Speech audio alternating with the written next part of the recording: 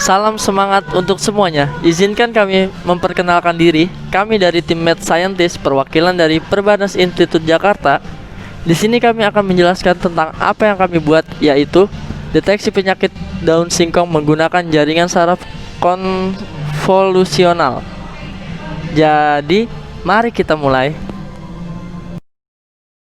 Yuk, kita cari tahu apa yang kita buat. Poin pertama, ubi kayu merupakan komoditas pertanian yang sudah banyak jumlahnya. Diolah menjadi berbagai produk jadi atau produk setengah jadi yang memiliki nilai tambah lebih tinggi. Poin kedua, Provinsi Lampung merupakan penghasil ubi kayu terbesar di Indonesia. Salah satunya penyebab penurunan produksi adalah penyakit yang menyerang tanaman ubi kayu. Oleh karena itu, sangat penting dilakukan deteksi dan identifikasi dini penyakit tanaman tersebut. Faktor utama mencegah dan mengurangi penyebaran penyakit tanaman singkong, salah satunya, manfaat singkong adalah sebagai pengganti nasi. Di tahun 2016, Organisasi Pangan dan Pertanian Perserikatan Bangsa-Bangsa menyatakan bahwa Indonesia menempati urutan ketiga negara penghasil ubi kayu di dunia. Nah, oleh karena itu, penelitian ini hanya fokus pada 5 objek daun singkong yang terdiri dari 4 klasifikasi penyakit dan 1 klasifikasi daun sehat. Dataset ini dikumpulkan oleh Lab Artificial Intelligence di Makerere University dan Lembaga Penelitian Sumber Daya Taman Nasional atau dapat disingkat NACRRI.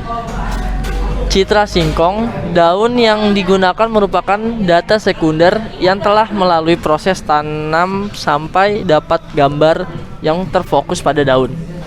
Data ini dikumpulkan menggunakan smartphone dan kemudian semua gambar yang dikumpulkan secara manual diberi label para ahli dari NACRRI yang menilai masing-masing gambar untuk mengetahui insiden dan tingkat keparahan penyakit.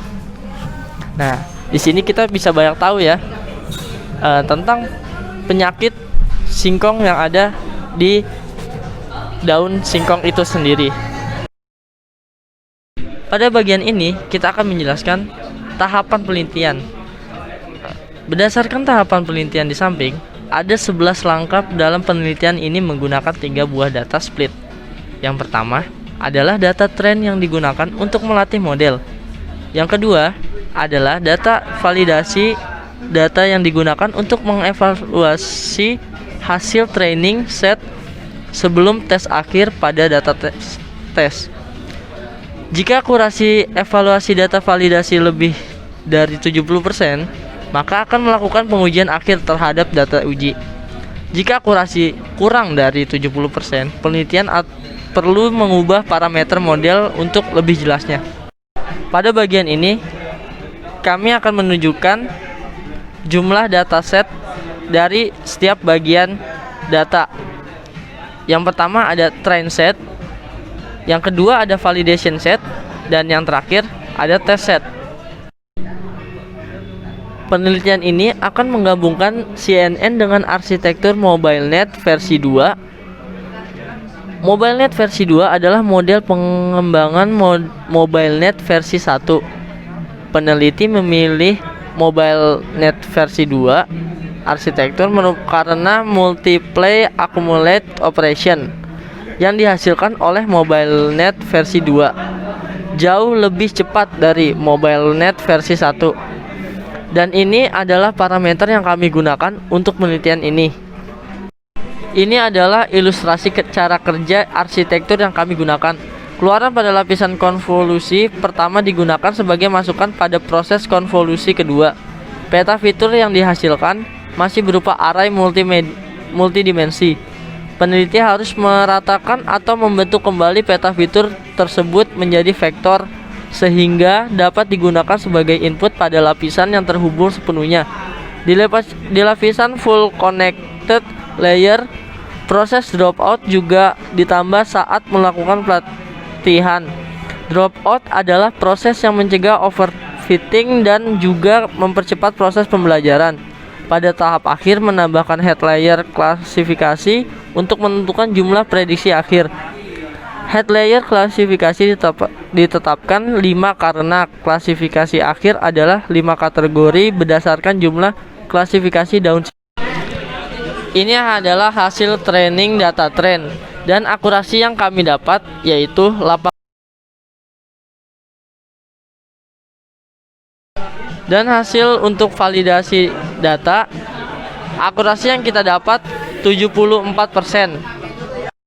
Berdasarkan hasil prediksi model, uji coba yang dilakukan pada data test menunjukkan prediksi untuk 8 dari 10 data daun singkong dapat terklasifikasi dengan tepat, kecuali untuk data nomor 9 daun singkong dengan kelas CBB.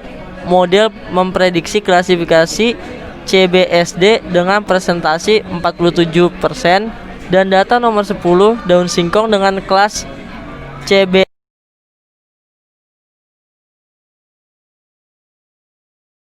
Hasil kesimpulan yang kami dapat dari penelitian ini sebagai berikut.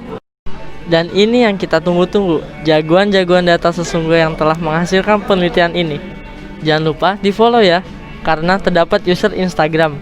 Karena pepatah bilang, tak kenal maka tak sayang. Sekian dari kami, sampai jumpa dan doakan kami supaya juara.